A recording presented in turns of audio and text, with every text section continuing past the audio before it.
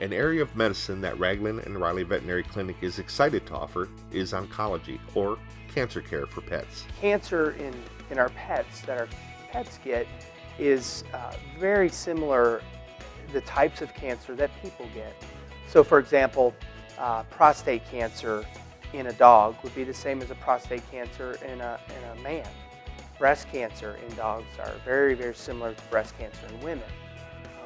Different types of blood cancers like lymphoma, specifically non-Hodgkin's lymphoma, is very, very similar to non-Hodgkin's lymphoma in people.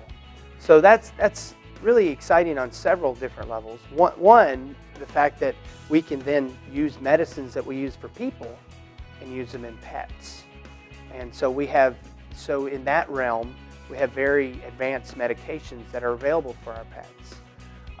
The other thing that's really neat is the research. So we can help better understand cancers in pets, and then that translates to people. And if we better understand cancers in people, it translates back to pets. Being that cancer affects pets and humans very much alike, treatment is similar in both cases, but the treatment goals are completely different. In a person, our goal is to cure them of the cancer.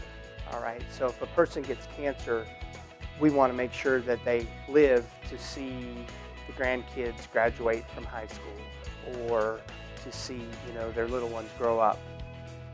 When we treat our pets, it's about quality of life. The dog doesn't really care if the grandkids graduate from high school. He cares about how he feels every day. And so our goal of treatment in our pets is to make them feel good. They don't usually lose their hair. They usually feel good every day.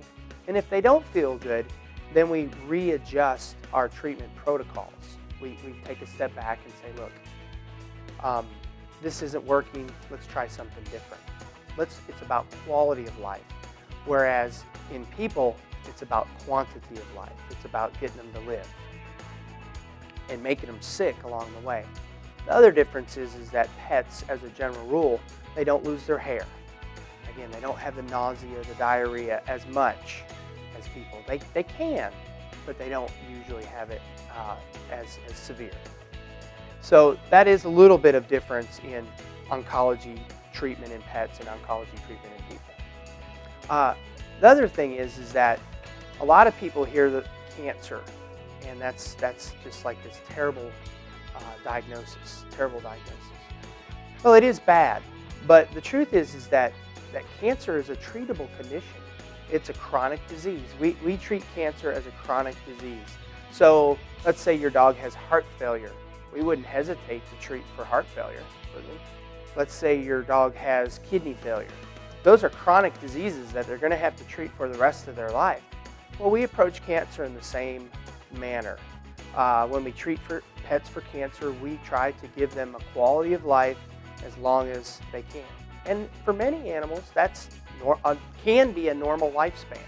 As technology changes, there are now ways to even treat cancer in pets right from your home. Palladia is a drug that is specific for different types of dog tumors. And it was originally developed for a tumor called mast cell tumors.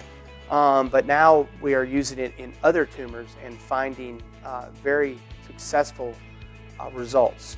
Palladia is a drug that's a little different from the traditional chemotherapeutics that we've used. It directly targets receptors on the cancer cells. And so it is a specifically tumor. It has tumor-specific activities as well as anti-angiogenesis. So it starves the tumor of its blood supply, plus it kills the tumor. And that's something that's fairly recent to veterinary oncology. And it's a pill, so the owners give it at home. While Ragland and Riley Veterinary Clinic takes all forms of treatment to a new level for the Upper Cumberlands, they're also a part of an effort to take veterinary medicine to a whole new level throughout the world with the use of telemedicine and the Veterinarian Information Network.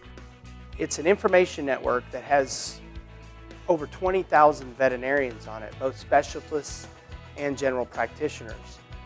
And so if we have a difficult case, that we need an opinion on, we can go to the Veterinary Information Network, put in the signalment, the history of the case, the blood results, x-rays if we need to, whatever we need to do, digital images, and then we can get specialists from all over the world to comment on that case and give us their opinion.